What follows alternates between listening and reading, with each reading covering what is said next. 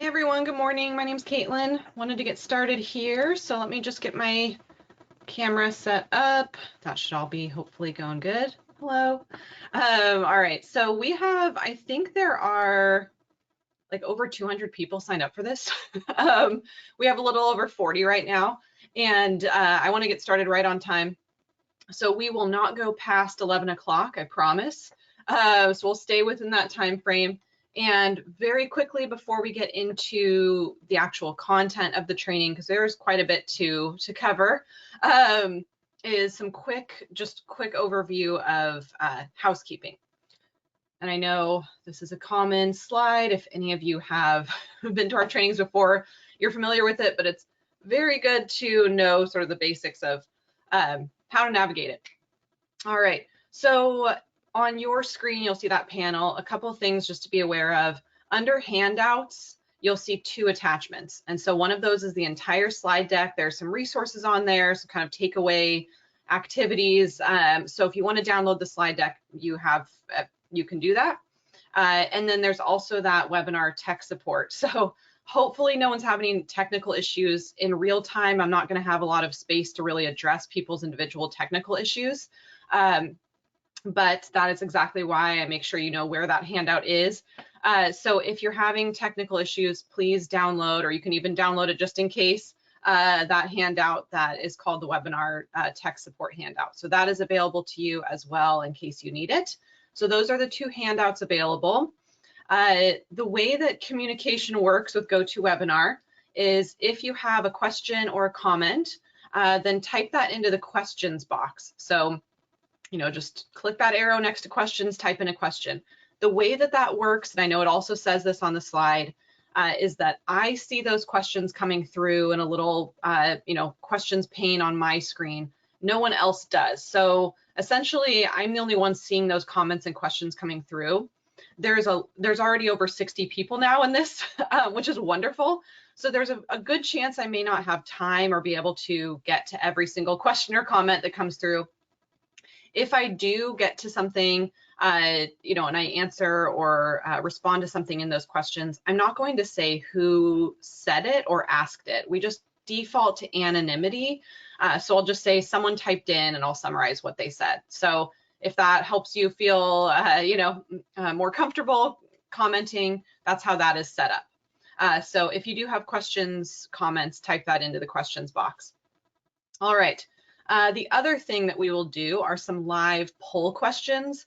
I particularly love having poll questions when we have this big of an audience. And we're already pushing almost 80 people in here now, so this is great. So we have, I think, at least 4 live poll questions that we'll do. Those are also anonymous. And so no one will know if you participated in the poll, and certainly are not going to know how you answered it. But of course, it's optional, so you don't have to participate in the poll.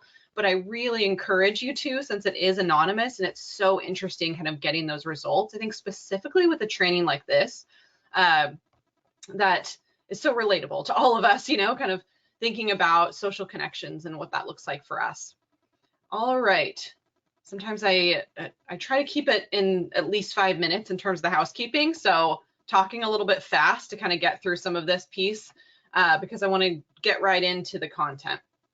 All right. One last thing is that at the end of the webinar, you will be invited to fill out an evaluation form. We love to get feedback and it really helps us. And there's also additional sections where you can suggest like topics you'd like to learn about. So if you have time, if you're willing to, it's always really helpful for us.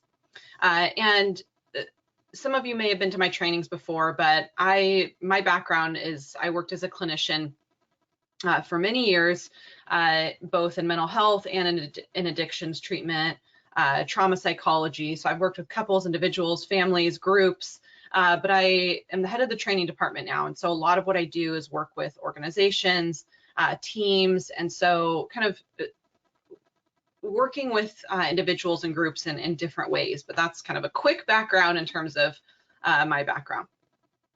All right, let's get into it. 10:04, did okay with housekeeping. Oh, and we have like exactly 80 people in here now. All right, so this is something just for each person to think about. I'm not asking you to type it in. Obviously, you're welcome to comment, ask questions at any point, but this is a self-awareness practice. So one of the things that I want to say right at the beginning, this training is called Enhancing Social Connections. And I want to make sure that everyone knows I am not here to tell you what your social connections should look like or what the right amount is, right? That is each person's choice. And so much of this training is around how do I as an individual better determine what I'm looking for rather than what I think I'm supposed to or what someone else tells me. So I just wanted to make sure that was clear.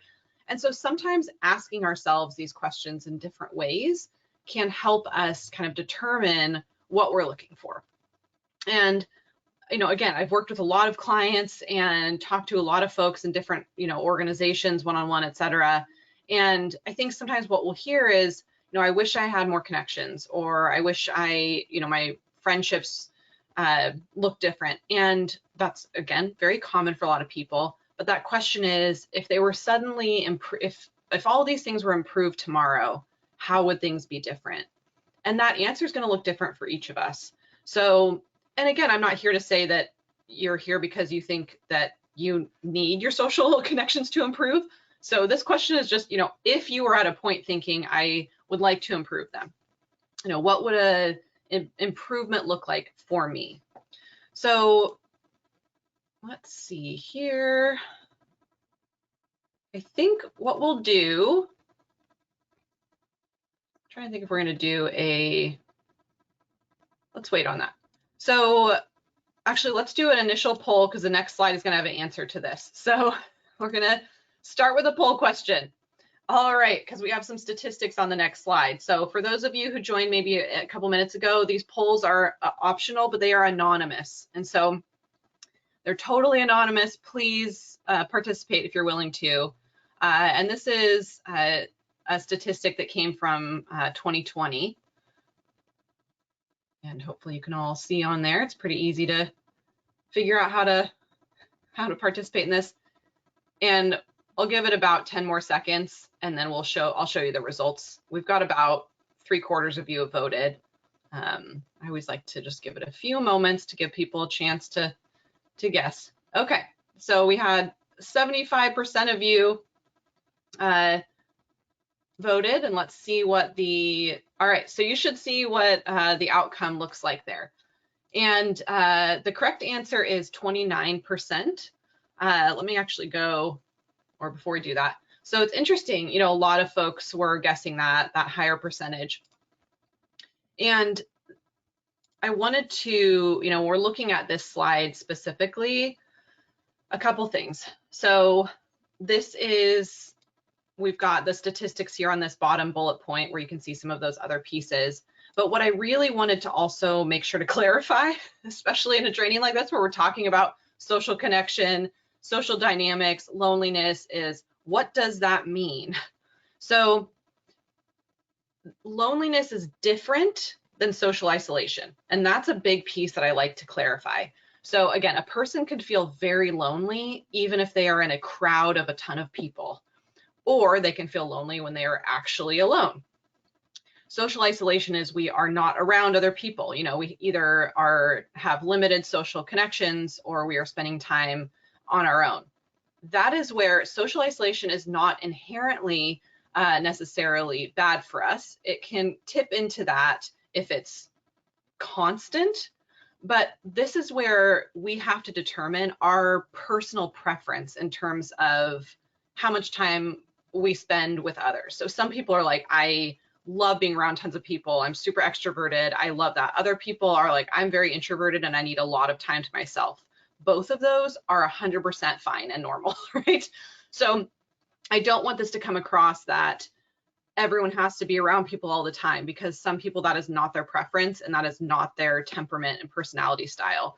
So this is where it goes back to us knowing the difference where, am I kind of spending time alone and that is restorative to me, I'm doing that intentionally, that's what I need right now, versus I wish I was spending more time with other people, but I'm not sure how, etc. And that's where only we know which it is at that time. So a lot of these statistics are around if we feel like we don't have healthy relationships, we're going to talk about that in terms of just like restorative relationships. And if we feel like we wish we had more connections but didn't. And that's where that can really impact our health over time. But I wanted to be very mindful to differentiate and clarify what I mean in terms of loneliness and social isolation. Okay. All right. So I'm doing a lot of polls up front, but then we'll take a break from polls. we'll do more. All right, so we're going to do one other quick poll. There's only one of, you can choose one or the other.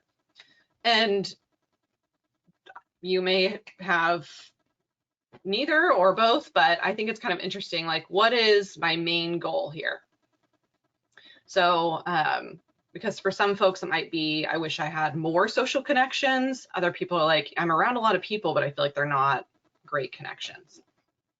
Okay, let me give it about 10 more seconds, and then I'll show you the results, which are very interesting. They always are. That's why I love these poll questions. All right. Same amount voted. We had 75% voted, so I want to share these. Are very interesting. And is pretty in line with how we will spend the rest of the time. So I noticed someone is commenting into the questions box their answers. To answer the poll questions, you wouldn't type your answer into the questions box. You would just click on the your choice on the screen. All right, so as you can see here, in terms of 75% of you, which we have 100 people in this training right now, and this is super interesting. There's people who fall into both categories, but a pretty significant amount is more about that improved or better social connections. So super interesting, and we will definitely talk about that. All right. One of the things I noticed is every time I'm about to change slides, I'm like, all right, or I make some like huge sigh. So I'm trying to check in with myself on that. Ooh, checking connections. There you go. All right, so I put together this quadrant of sorts because I think this is where it comes down to exactly what we were just doing a poll question about, is how am I taking stock, assessing my current connections, because there's quality and there's quantity, right? So, and as clinicians, we like to put things into like this, or this. So that's what I did. And so we've got our 4 categories here. So there's people that we enjoy being around and we do spend time with them. There's people that we think we would enjoy being around, but we are not currently spending time with them. And I'll go into a little more detail here in a minute of some examples. People we don't enjoy spending time around, and we do spend time with them.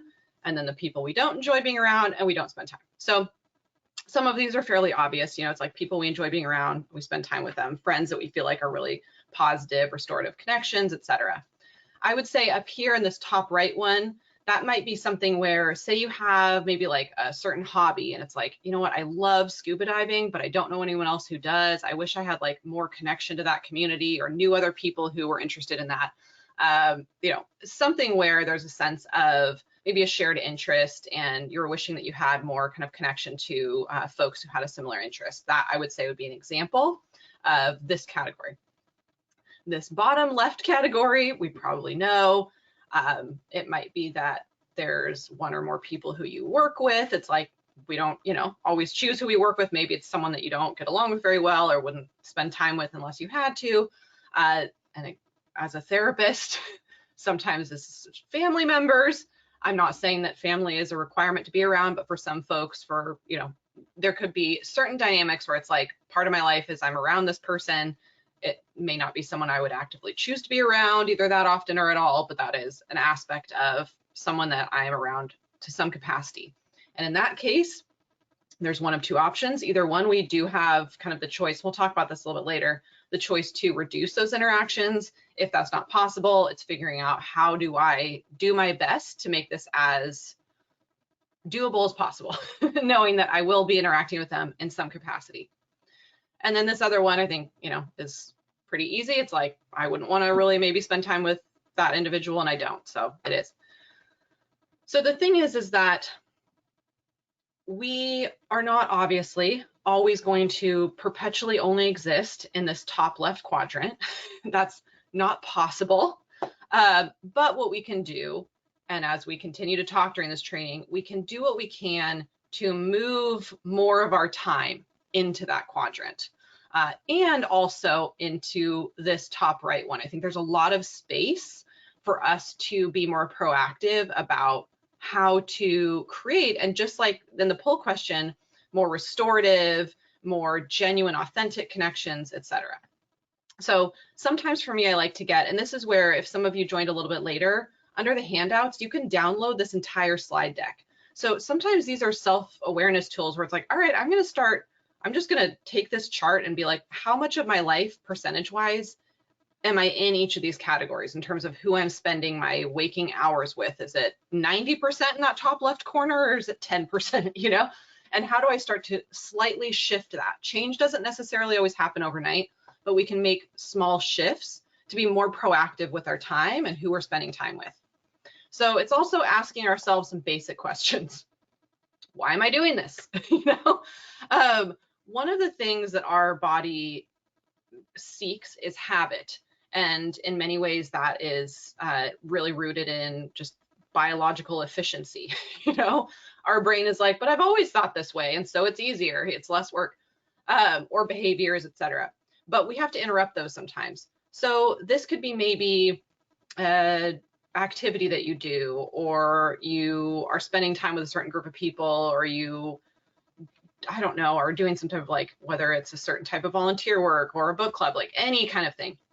And maybe it's been something you're doing for a really long time, it's just habit, and it's figuring out, do I still want to do that? And it might be like, absolutely, this is super restorative. Or it's like, you know what, I've just been doing it for so long, but I don't actually enjoy it, or I don't feel super connected to these people. Or it's sometimes people will be like, yeah, well, I stuck with it because I felt bad, like not doing it anymore, you know? And we have to push through that. There's a way to, and we'll talk about I statements here. So sometimes it's starting with, you know, who am I spending time with? Do I want to? And again, sometimes there are going to be people where we have to, again, like coworkers, certain people in our life, and that's part of being an adult. But there is oftentimes a lot of room to make some adjustments. So basic questions to check in.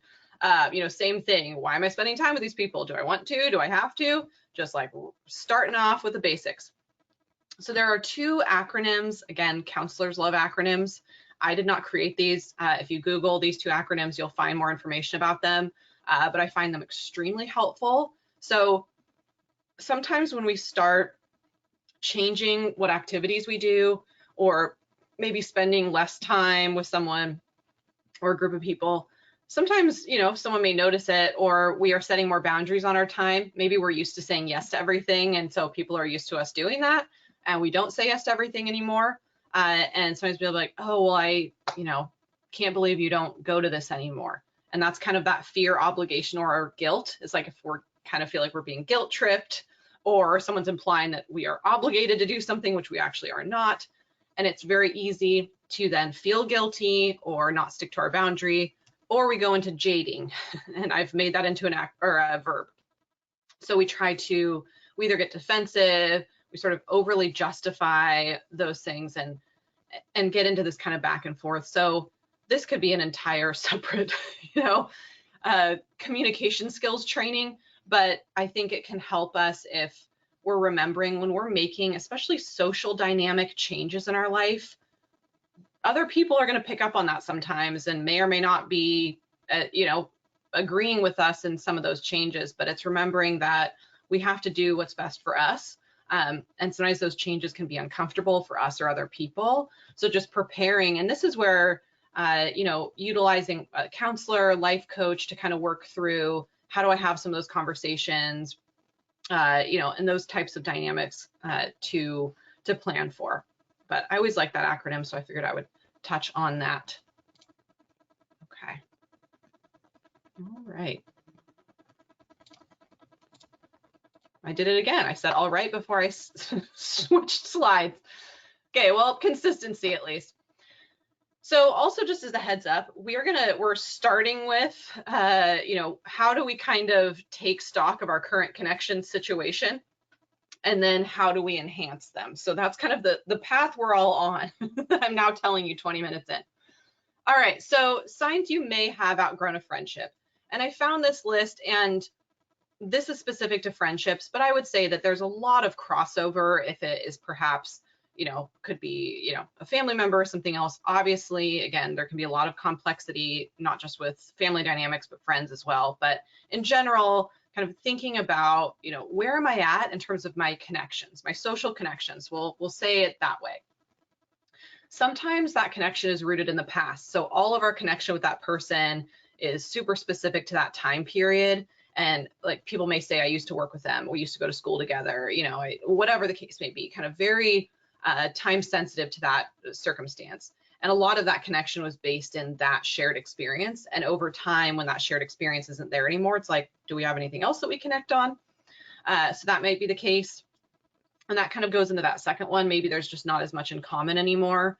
And a common theme that I'll say, and I think we know this, but sometimes it's good to remember, we all change a lot over time. And it's interesting. I think I read somewhere where they would sometimes they'll ask people, how different do you think you'll be 10 years from now versus how you are now? And most people will be like, not very much. I'd say probably very similar. And then they'll say, how different are you now from 10 years ago? And they'll be like, totally different, right? And so it's so interesting, like our perspective of how much we change. And so a lot of that is, the version of ourselves, even if it didn't have to be 10 years ago, who became friends with that person or spent time with that person, could be very different today. So those change over time. We change over time. So do other people. Sometimes we find that we're reverting to a past version of ourselves when we're around them. And in some cases, that might not be something we want to do. That can also fall into this next bullet point of, we may have spent time with people in the past who engaged in similar habits, hobbies that we are trying to cut out of our life. And so we outgrow those connections for that way. Yeah, those are a really good question about suggestions for processing the grief that comes with outgrowing an important connection. That's a really, really good question. And one thing I'll say with that is to even the fact that we're even acknowledging that that is a real grief response. And I think that sometimes we don't realize that it is very real, very common, very normal to grieve the loss of a friendship, whether it was something that we chose to let go of and kind of proactively let go of it, or the other person did, or, for any reason, even if we knew it was best for us to move on, we can still feel a lot of grief around that. So I'm really glad that you mentioned that, because that's a very real experience for a lot of people. And I think sometimes there's not a lot of normalization or conversation around that. So with step one, just noticing that those symptoms are there and that's why they're there, that's normal to have them. And whether it's talking to a counselor, there's different ways we can kind of cope with grief. And if we have time as we go through here, I can touch on some other examples, but I appreciate that you mentioned that, because that's very common. Noticing how you feel when you're around that person. Do you feel less or more energized? Do you feel bad, good? Just checking in on that. Or the friendship has become one-sided. It's like you're always the one reaching out. You're always the one kind of suggesting hanging out, and they never are. So these are just some, and we'll kind of talk more about what to do next. But a starting point of, where am I at with my friend connections? And these can be things that we check in on as often as we need to. But again, it's back to habit. It's like, well, I've always been friends with them. Well, we've always hung out. It's like, do you still want to? And determining that. All right, so there's a few things that we can try to do. And this is going to be very dependent on what our preference is. So it's not like there's one right answer here. Absolutely not. What I want to do, actually, because I think out loud during my trainings, I just come up with ideas right away. Let's do another poll question. There's only 4, so we're going to be at the 3rd one now, but I realize this is exactly the time to do it. Okay, so let's do this before we get into what to do about it, because I'm kind of curious where folks are at now that we've kind of talked about what that looks like. And it looks like someone just joined. That's no problem at all. We're just talking about kind of assessing our current friendships and if they are still a good fit for us. So I'll give it another 10 seconds or so just to give people a chance to vote. Again, very interesting results coming through. All right, let me close it out. We had, again, 75%. Oh, over 80% of you voted on this one. Okay, we're moving up the ladder. All right, so let's look at the results. Very interesting, right? So as we can see, so if, again, so much of why I do these polls is like, you are not alone, right? So answering, have one or more friendship that I've outgrown, and the majority say strongly agree. So this is exactly, I think it's so common. And just like we were talking about, with it's the normal part of any process, like because we change so much over time, I would say it's almost, and I don't want to talk in generalizations, but it is almost inevitable that we will outgrow friendships over our life. So couple things here. So we can take a break. Sometimes we aren't necessarily wanting to completely not have them in our life, but maybe not as much, or kind of maybe need to take a break and reassess and kind of do our thing for a while.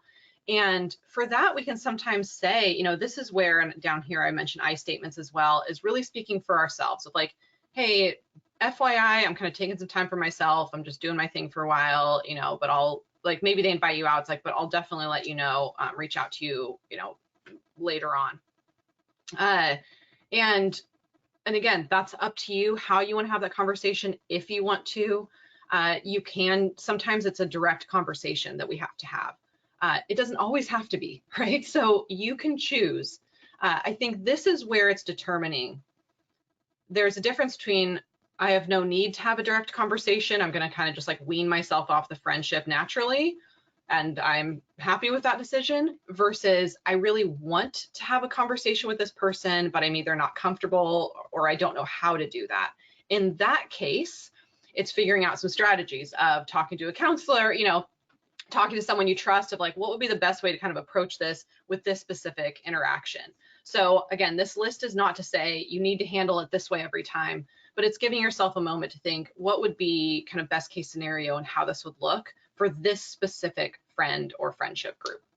So not forcing it, right? So again, this kind of goes back to, well, I don't know how to not hang out anymore, so I'm just going to go and be fake, or go through the motions. And then it's like, what even are these interactions? Because they're super inauthentic. And we'll talk about that later. It's just like that ability to be vulnerable, be ourselves, be authentic. And I think about that too, in terms of the people that we spend time with, how often are we kind of putting on a mask and just like going through the motions versus we're really authentically with them. And it's very exhausting to wear a mask. So if we feel like we're forcing it, we're not ourselves, it's a really good sign to assess our level of connection.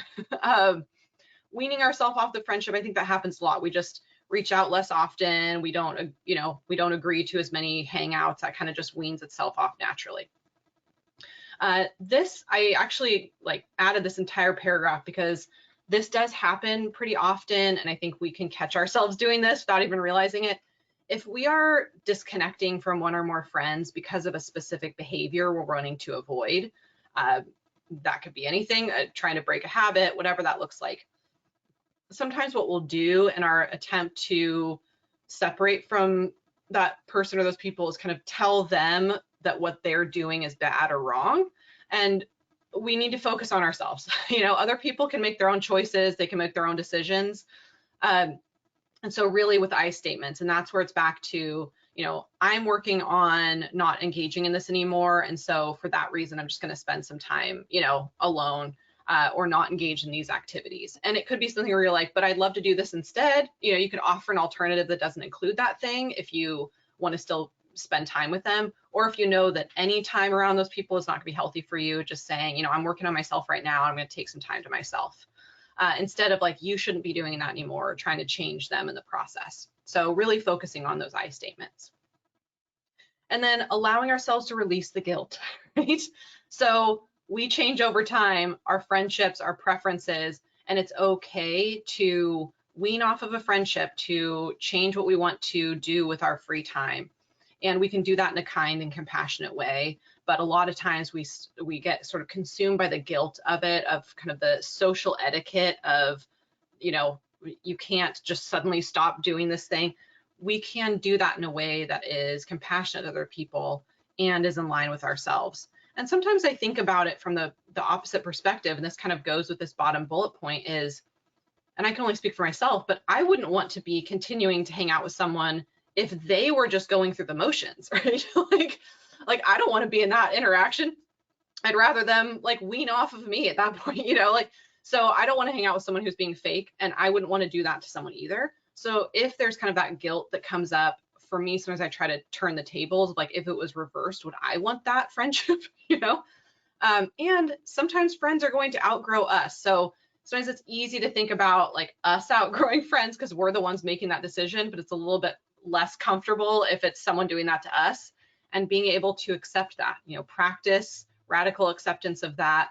We're not always going to get an answer. You know, sometimes someone just kind of weans off of us and we may never know why. And we'll have to sit with that not knowing, and that can be hard, but that happens sometimes. Okay, so some other strategies that you can try. And this individual is like a social scientist. She's got a lot, I didn't know a lot about her, but just kind of looked her up, and she's got TED Talks, other things, but it looks like she does a lot of like social science research. And it's essentially kind of some steps to take. And you might look at this and be like, that process wouldn't work for me. That's fine. Whatever works, but it's just some ideas or suggestions. So if it's like, okay, I need to kind of do an overhaul of what my social interactions look like. And you could write, and it doesn't have to be Post-it notes, you know, it could be a list of just writing it on a list or typing down a list. And essentially kind of thinking about, okay, for all of the people I spend time with, you know, which of these categories they kind of fall into. And some of them it's immediate, super obvious. Obviously, of course, some people we're spending time with, like I said, we can't suddenly not be around anymore, and we'll have to figure out ways to cope with that. You know, having a certain family member we're around, a coworker, like a friend of a friend who's at social gathering, like whatever that looks like. Sometimes we've just got to figure out how to handle that maturely and, you know, do our best. But there's a lot of room for personal connections that we do have control over, which of how much time we spend with them. And we don't often do this. Again, we're just kind of habit. We go to things, we spend time with people. So if this strategy works, it's just another thing that you can try of kind of taking stock of where you're at with different folks. Okay. Checking on my last poll question. We have one more left. Trying to not talk too fast, but there's just so much to talk about. Okay, we made it to enhancing connections. So theoretically, we have done a little bit of housekeeping on who do I actually want to spend time with. I may have kind of weaned off of or removed some of that time in my life that I was spending with people that weren't a good fit for me. What do I do now? So let me actually see here. We're going to do the last poll question. I'm trying to remember what I put on here, and it's a tiny screen for me, so I'm going to lean in close for a second. Okay.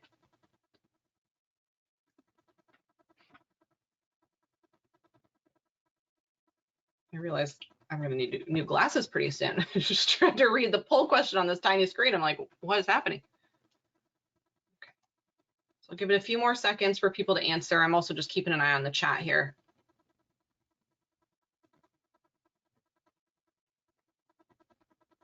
There's a really good question that came through. So once we get through the poll, I'll chat about that.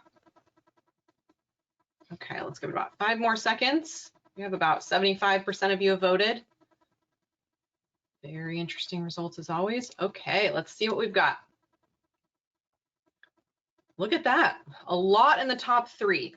So kind of tied between don't know where to find people, hard to find like-minded people, but also I guess, yeah, social anxiety. So they're like 30% basically, What's really interesting to me, and I truly was so curious how this would break down on this one, is very little of it is too busy. So a lot of that is very helpful. Like, okay, I have the time. How do I go about this more productively? So again, if you felt like you were the only one in whichever category, you're not. Okay. So here we go. Let me just hide that so you can't see it. Okay. Or that it's out of the way. I'm not trying to like. So one of the questions that came through was, it says, someone's a friend of both me and my spouse, and we have different feelings about the friend. I would put them in the just say no pile, and my spouse would put them in the sparks joy pile. What do I do? Really good question. So some of that is determining, has that conversation come up between both of you? And I know that I'm asking this not because, you know, obviously in terms of just time and getting all the details, but overall it's like, okay, have we had kind of a conversation about that? Could there be some, if not, I think it could be a really helpful conversation to have. And then it could be a determination of some compromise in terms of how often and in what capacity you spend time with that person. So that can be having that conversation with them and determining what that would look like that as best as possible works for both of you. But I'm glad that every single comment here so far, it's like, I'm so glad people are bringing these things up because they're so common. And it's like that balance of, you know, sometimes we have to set a hard boundary. Other times it's figuring out like, what's my compromise level for this? What's their compromise level for that? And so, yeah, very, very good point. So some of the kind of enhancing social connections piece, and these are some suggestions. I'll go into more detail what a lot of these mean. First one, and I think this is exactly why I started with that poll question, is that it's really hard to make new friends, especially as an adult. You know, I hear from so many people, it's like, unless I was either in school or like maybe at work, but in general, like, how am I supposed to just like make a friend as an adult, you know? And it is hard. And sometimes people think like, what's wrong with me? Why am I, you know, why can't I have more friends? Like there's a lot of self-criticism around why we're struggling with that. So number one, trying to rein in the self-criticism around it and just be like, this is, and part of like the human condition is very challenging or challenging for most people. So it's not just me. All right. Let's see here. Okay. Just keeping an eye on the chat. Okay.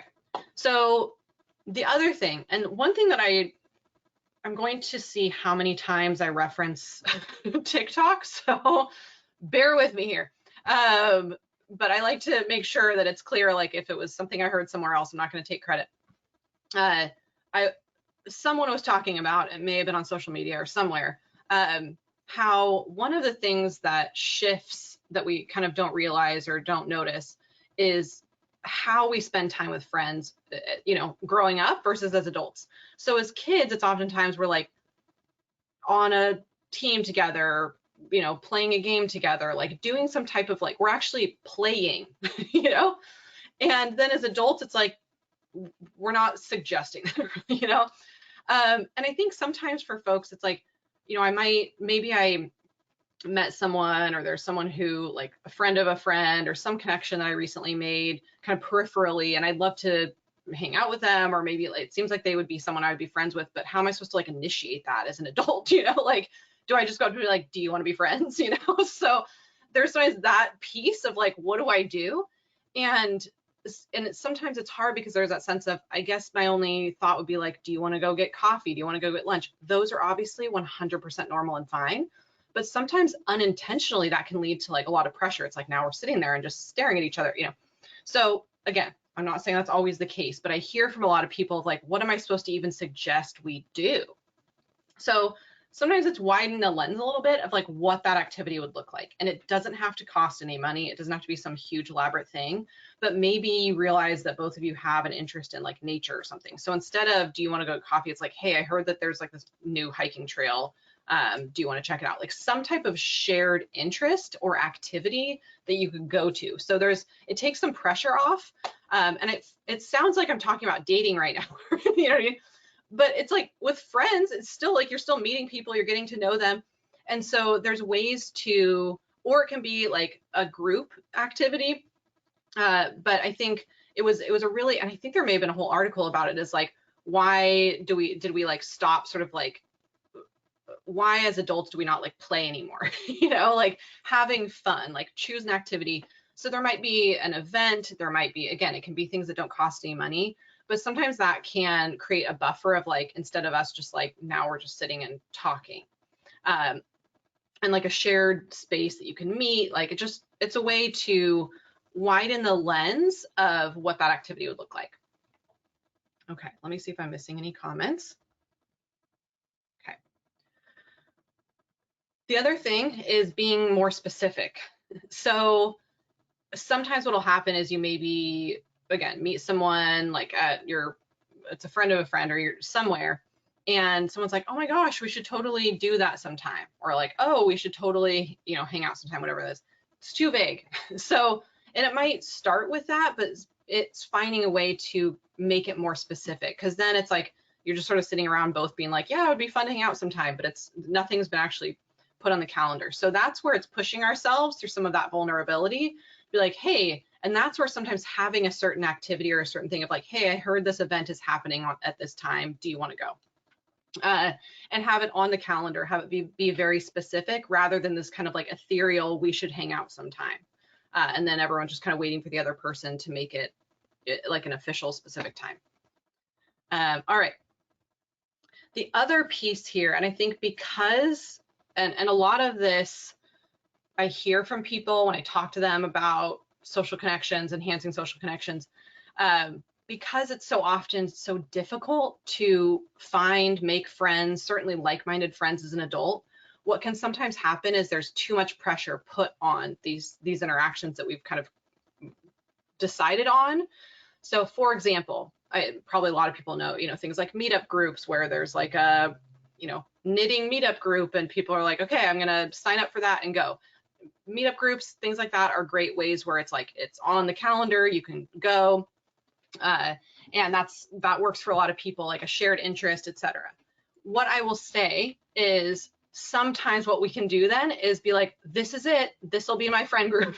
You know, they all also like to knit, so we must be immediate BFFs, and I'm going to this, and like this will be what finally, you know, gets me the connections I'm looking for.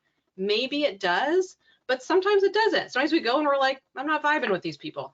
So allowing ourselves some room to not make things too high stakes. Or I invited this person to hang out, and it's like, it has to go perfectly, or like we're going to be friends after that. Like maybe you both hang out, you're like, yeah, cool, like stay around, but it's not, you know, you're not suddenly best friends, and that's okay.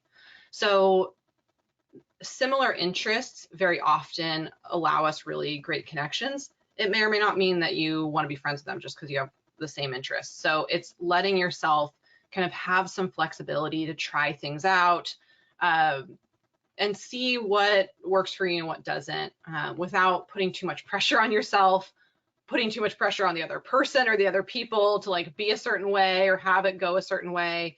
And I think that's where it's like leading with curiosity and openness. And that's easier said than done, I realize, but just giving ourselves some, you know, space to know, like, I don't know how this is going to go, and I'm going to go anyway, you know, and that's fine. I can make a decision. Nothing's like locked in. Someone had commented that they have a program that they're promoting called Connections Planning. I'm not familiar with that, but just wanted to share that. That was a comment that came through, but it sounds great. So leveraging social media. So one thing I would say, obviously social media, there's so many pros and cons. It could be a whole conversation just about that. But one thing I would say in terms of like sort of connections that way is follow, and again, this is a suggestion, you don't have to do this, it may not work for you, is on social media is following, like follow a small business or follow you know, creative person who does something that's similar hobby to you. And what you'll find oftentimes, like you might follow a creator or follow a small business, and they're suddenly posting like, hey, there's an event at this place. There's like, you'll suddenly have this huge influx of resources of social events happening locally. And I have found that to be super helpful. So sometimes it's like, how do I leverage how am I engaging with social media that gets me more connected to like-minded folks? And sometimes it's like, yeah, there's all these events I never would have heard about, but now that I'm kind of following some of these creators or these businesses that are under that umbrella of those similar interests, you start to have some of those, you find more of those connections. So I have found that aspect of engaging in social media a little bit more effectively. I'll give an example, personal example. So this was a couple of years ago, I had gotten tickets to a concert, and it was like kind of a last minute announcement of a concert. So there wasn't a lot of time to plan. And so I didn't have anyone like in my friend group who could also go at that time. And I was like, I'm not missing this, you know, but I had to travel to go to it. And so I was like, I'm just getting a ticket by myself. I'm just going. And I was a little bit nervous about it, but I was like, I can't miss it. And I was on TikTok, and a random person who I had no idea who they were, they also posted that they were going to that same concert, and they were like, I just got a ticket, I'm going by myself, and I'm a little bit nervous that I'm going by myself, but I'm going anyway. And I remember thinking to myself, oh my gosh, like that's another person who's in the same situation as me. We should meet up when we're there. And I was like, I should message her. And I'm like, would that be weird? Right? Because my filter is always like, but would that be weird? You know? And I almost didn't message her, and I almost was just like, that would be too weird, don't do it. And I was like, you know what? The worst that could happen is I don't get a response or I get a no. So I was like, I'm just gonna send her a message and be like, hey, I'm also going at the same time. Like, if you want to meet down there, because I'm also going by myself. I'm feeling kind of nervous about going by myself. And she was like, that sounds amazing. I would love to. This is awesome that we like can both meet up and like go and hang out together. And it was so much fun. And I think that what that taught me was that kind of sense of pushing through that aspect of like that either that person would think I was weird or this isn't going to work out. And again, there was just as much of a likelihood they'd be like, yeah, no thanks, or not responded. And that goes back to just not having things be too high stakes, but having that ability to be a little bit more vulnerable, you know, and be our authentic selves. And what I really appreciated is like she had the courage to post that she was nervous about going by herself. I hadn't done that, you know, and so there was also that sense of she really put herself out there being like, I feel really anxious about going to this event by myself. Does anyone else? And that created that connection. So there's all of these levels that we can allow ourselves to be real, to be vulnerable. And what so often shows up is like, yeah, and I definitely was not the only one who felt that way, you know? So finding kind of ways to give ourselves some space to be more open, more vulnerable. And a lot of times it pays off because those are the people that we oftentimes have that like-minded connection with because we were the most authentic versions of ourselves when we made that connection. So also the maintaining friendships, a lot of times we aren't doing that proactively. It's like, when was the last time I texted that person? When was the last time I suggested hanging out?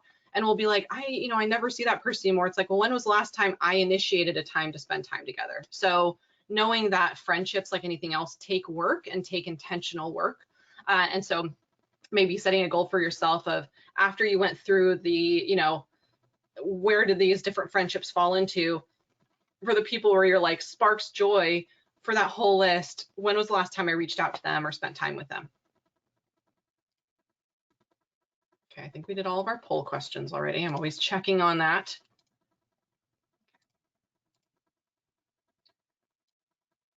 Okay, so I'll have a few minutes at the end here for some Q&A. I think this is our last content slide. But I think this is really, an interesting perspective, and the psychiatrist, I think in some capacity we know this, but it's a good reminder, because I think sometimes we'll tell ourselves like, I will be happy once, and then fill in the rest of the sentence. And there's a couple things. Either we are given messages that unless we have a certain amount of friends, there's something wrong with us. That is not true. Okay. And so it's starting with, what do I enjoy? When I'm just on my own, whatever way I want to spend my time, hobbies, interests, whatever that looks like. It doesn't have to be some super specific hobby, but whatever sparks joy in us. And that's where it's thinking about, that earlier slide of, does this person spark joy? Are they restorative to me?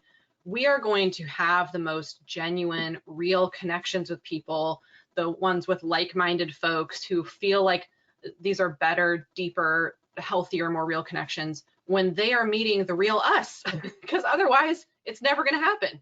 So what happens a lot is we try to engage in these like social gatherings, social events to try to make more friends, and realize we're still kind of like putting on a front, putting on a mask of like what we think people want us to act like. And it's very hard to not do that. We are naturally inclined to do that. And it's very scary and difficult to be super real and authentic. I guarantee those like-minded people and those connections will increase when we get, and there's that level of they're meeting the real you that isn't perfect, that is being weird, maybe, whatever that is.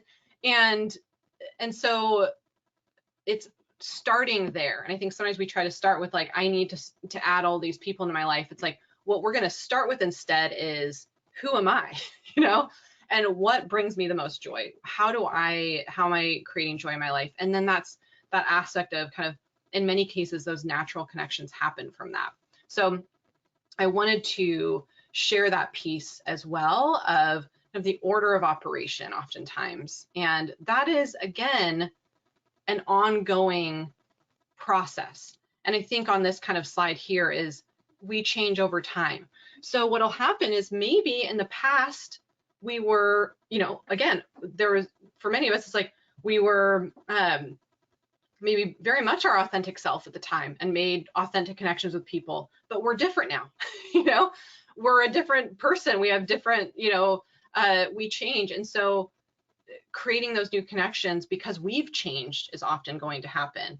And knowing that, and I think just like was brought up before, is we very often not only often grieve past friendships or friendships that we've moved on from or have ended, we have also oftentimes grieved past versions of ourselves that we either realized don't work for us anymore, we've just grown and changed over time. There could be many reasons for that, and because it's part of our life. So giving yourself some space to know that that change is inevitable and normal, and so that's going to show up in our friendships and our connections. And sometimes that also change is how much connection time we want. Some people are like, I used to be super extroverted, I went out all the time, and now I realize I need more alone time, or vice versa, and all of that's normal. So take pressure off yourself. No one's perfect. Be as vulnerable and authentic as you can, because that is going to be the number one thing that will get you more enhanced connections and healthier connections. And then, we change over time. There, of course, were those questions that came through as well. What if a partner, or, people, maybe I live with, I'm kind of expanding this, have a different idea of what that looks like. That is where it's figuring out what our like hardline boundary is, and then what our compromise is for spending time with those people. I know that's a really short answer. Of course, it could be a much longer conversation for each specific circumstance, but wanted to acknowledge that. Okay. So I'm just looking through the questions here. If you have, Canopy as your EAP, obviously all of our information is down here. We do offer free counseling. We offer life coaching. You can also call that main 800 number anytime and just talk right away to a counselor. There can be very specific circumstances where it's like, I need to process this specific conversation with this friend, or like this just happened and I need to kind of do more of a deep dive of figuring this out. So it could be a specific, or it could be more of like a broader, I want to work on improving some of these things in more, kind of longer term. You have lots of resources beyond just this training. Okay, let's see here.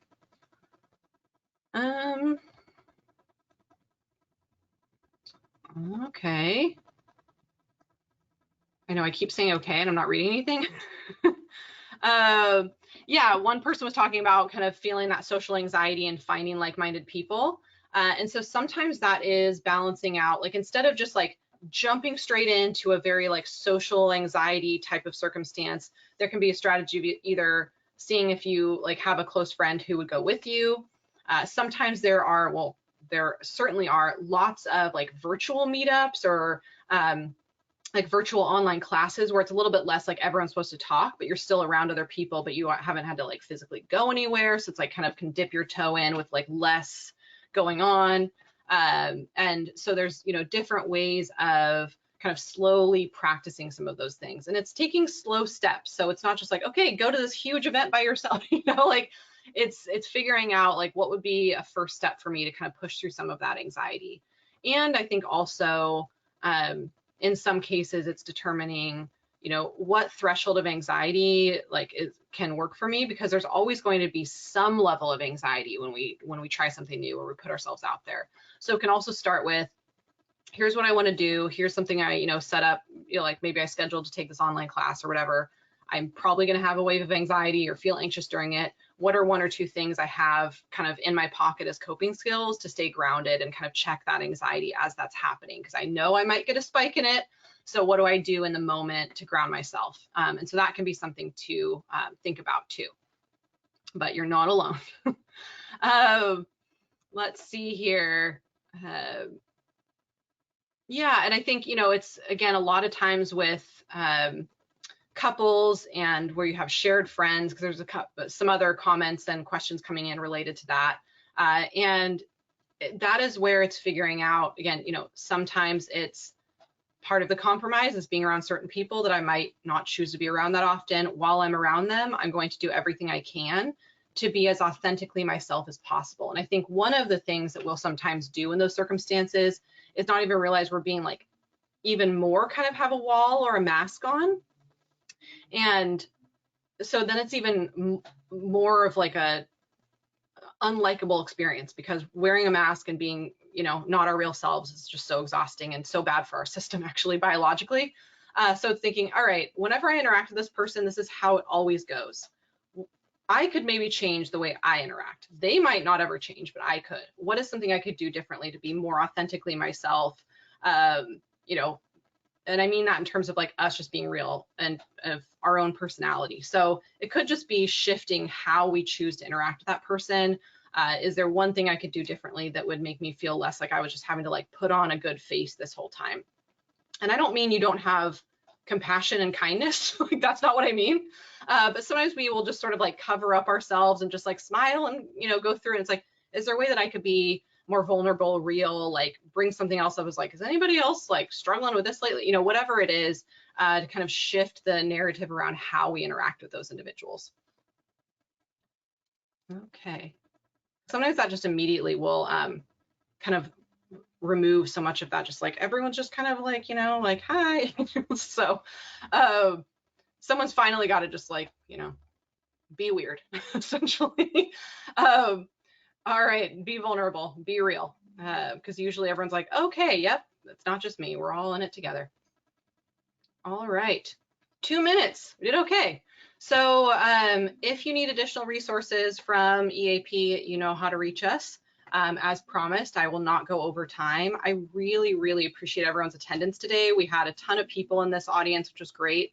Everyone's comments were so wonderful and helpful. Everything about it was just so great to hear everyone's feedback and thoughts. So if you need anything else from us, let us know. If you are willing to fill out the evaluation form, we love to get that feedback. But otherwise, have a wonderful rest of your week and take care.